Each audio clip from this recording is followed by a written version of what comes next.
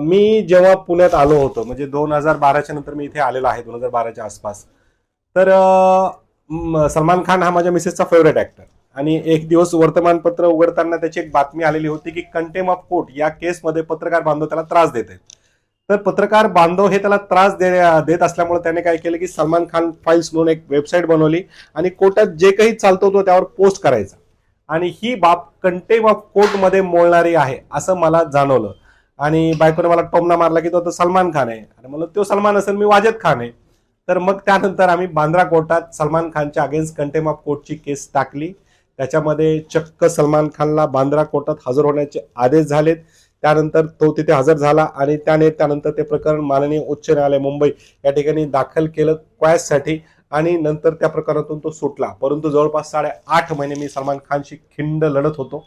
त्यांनी बराच प्रयत्न केला मला मॅनेज करायचा. आम्ही शेवटी हरलो परंतु मॅनेज नाही झालो. त्यामुळे तो जी खिंड लढली त्यामुळं साहजिक आहे त्याला खूप त्रास झाला आणि त्यामुळे आमचं वैयक्तिक वाद आहे. सलमान खानच्या बाकी प्रकरणामध्ये बद्दल तुम्हाला काय बोलायचं जे जे हिरनचं प्रकरण असेल किंवा drink and drive drink and ड्राईव्हचं प्रकरण असेल. मी तर सलमान हेटरच आहे. नक्कीच जर तो दोषी असेल तर शिक्षा व्हायला पाहिजे.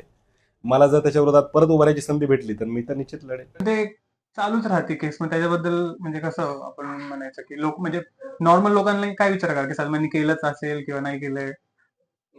मी एक गोष्ट सांगतो. या सगळ्या प्रकरणात मध्ये एक इमानदार हवालदार होता, एक पोलीसवाला होता ज्याचं मी नाव विसरलो. हा सोमन. तर तो बिचारा शेवटपर्यंत लढून खगून मेला. म्हणजे काहीतरी या प्रकरणात आहे आणि सलमान खानच्या विरोधात जी काही लोक उभी राहिली त्यामध्ये माझ्यासारखा एखादा व्यक्ती असेल तर शेवटपर्यंत ही केस तरी जाऊ शकते.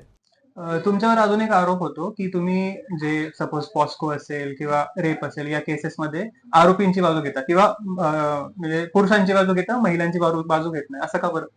तर कारण हे आहे की बऱ्याच महिला ह्या कन्फ्यूज असतात.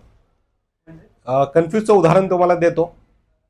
जेव्हा एखादा पुरुष महिलेवर अत्याचार करतो तेव्हा ती काय करते की एखाद्या वकिलाची, खासगी वकिलाची किंवा मित्राची किंवा कोणाची मदत घेते आणि मग ती FIR दाखल करायला पोलीस स्टेशनला पळते, बसते, कष्ट करते, FIR दाखल करून घेते.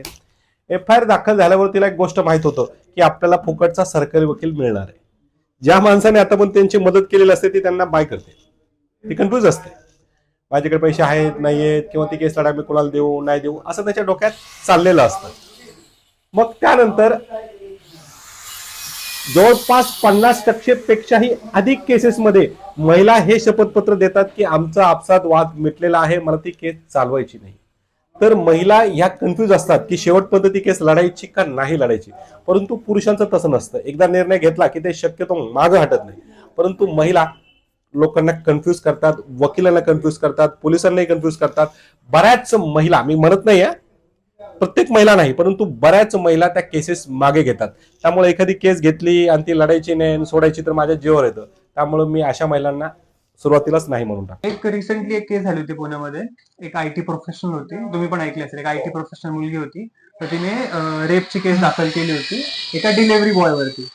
आणि तिने असं म्हणलं की डिलिव्हरी बॉयने माझ्या तोंडावरती स्प्रे वगैरे मारला आणि रेप करून गेला. नंतर कळलं की फॉल्स रेप केस आहे आणि तो डिलिव्हरी बॉय नसून तिचा म्हणजे एक्स बॉयफ्रेंड किंवा बॉयफ्रेंड काहीतरी होता. तर असे किती केसेस येतात म्हणजे खूप येतात का रेप, फॉल्स रेप केसेस आणि फॉल्स केसेस? रेप केसचे प्रकरण जवळपास 50% पेक्षाही जास्त प्रमाणात वाढलेत.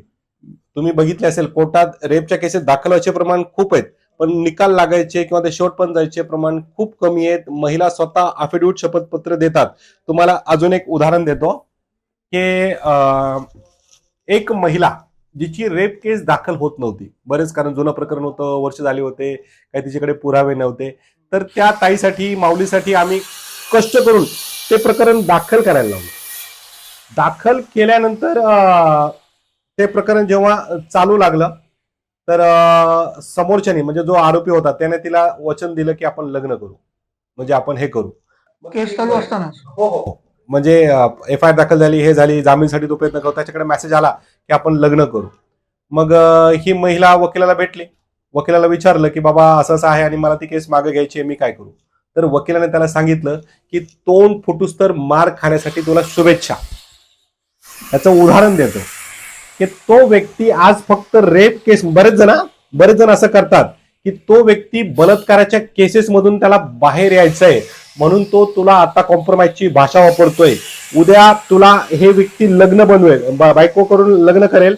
लग्न केल्यानंतर काय होईल की रेपचे जे सेक्शन आहेत, चार्जेस आहेत ते हटतील आणि कौटुंबिक चार्जेस येतील.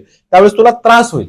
परंतु त्या महिलेला त्यावर एवढा विश्वास होता की नाही वो मेरे से प्यार करता है, सुधर गया वगैरे वगैरे, असं ती चित्रपटातल्या भावनिक झाली. आणि त्या व्यक्तीला जामीन मिळाला. त्यानं बाहेर आल्यावर हिच्याशी लग्न पण केलं. 2-2.5 वर्ष यांचा चांगला सुखाने संसार झाला. एक मुलगी पण जन्माला आली. आणि एक दिवस त्याने तिला तोंड फुटूस तर मरूस तर मारला. छानपैकी तिला असं मारली, बेदम मारहाण केली आणि दिली हाकलून. मग ही औरत परत, सर मेरे पे अन्याय हो गया, मेरे पे जुलूम हो गया, मैं कमजोर औरत, ये मेरी कहानी. तर असा प्रकार सुद्धा होतो आणि मोठ्या प्रमाणात होतो. एक सर्वसामान्य माणसाचा लास्ट ऑप्शन म्हणून कोर्टाकडेच पाहतो सर्वसामान्य माणूस. मागच्या 1-2 वर्षांमध्ये काही अशा केसेस झाल्या ज्याचा आज निकाल लागेल, उद्या निकाल लागेल असं सर्वसामान्य माणसाला वाटत होतं. पॉलिटिकल केसेस ज्या की शिवसेना आणि शिंदे गट यांच्याशी संदर्भात होत्या. चिन्हाचा वाद असेल, पक्षाचा वाद असेल, परंतु त्याचा निकाल अद्याप पण लागलेला नाही. तर अशा वेळेस असं वाटत नाही कोर्टाला कधी की बाबा सर्वसामान्य माणसाचा थोडासा कोर्टावरचा विश्वास कमी होऊ शकतो किंवा अशा गोष्टींचा लवकर निकाल लागायला पाहिजे? नाही. जे शिंदे गट आणि उद्धव ठाकरे गट आहे त्याचे चिन्हाबाबतीचे निकाल पटापट लागलेत, भेटले ना. शिंदे साहेब पक्षाच्या दावावरचा चिन्हाच्या गटाचा जो निकाल आहे ना, तो त्यांना निवडणूक आयोगाने दिलेला आहे. कोर्टामध्ये चिन्हाचा दावा आणि पक्षासंदर्भातला त्यावरून हे सिद्ध होतं की कोर्ट फास्ट ट्रॅक सुद्धा काम करतं, लवकर काम करतं. याशिवाय पक्ष कुणाचा, म्हणजे उदाहरण देतो की एखादं किराणा दुकान आहे, त्याच्यात मी एखादा नोकर ठेवलाय आणि तो भविष्यात सांगतो की नाही दुकानाचा मालक मीच आहे, आणि सो मी काही कोणाचा कुठल्याही गटाचा नाही, पण एक उदाहरण देतोय.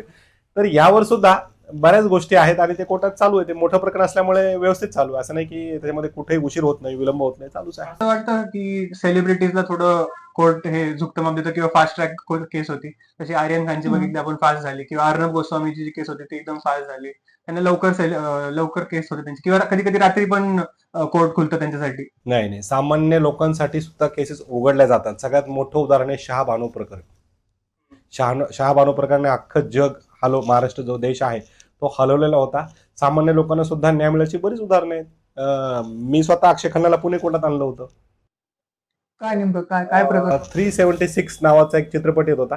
त्यामध्ये बलात्कारामध्ये महिलांना अश्लील प्रश्न विचारले जातात किंवा असे प्रश्न विचारले जातात की महिलांना त्रास होईल, त्यामुळं बलात्काराविषयी महिलांच्या मनात भीती निर्माण होईल अशी ती गोष्ट लोकांना जाणवत होती.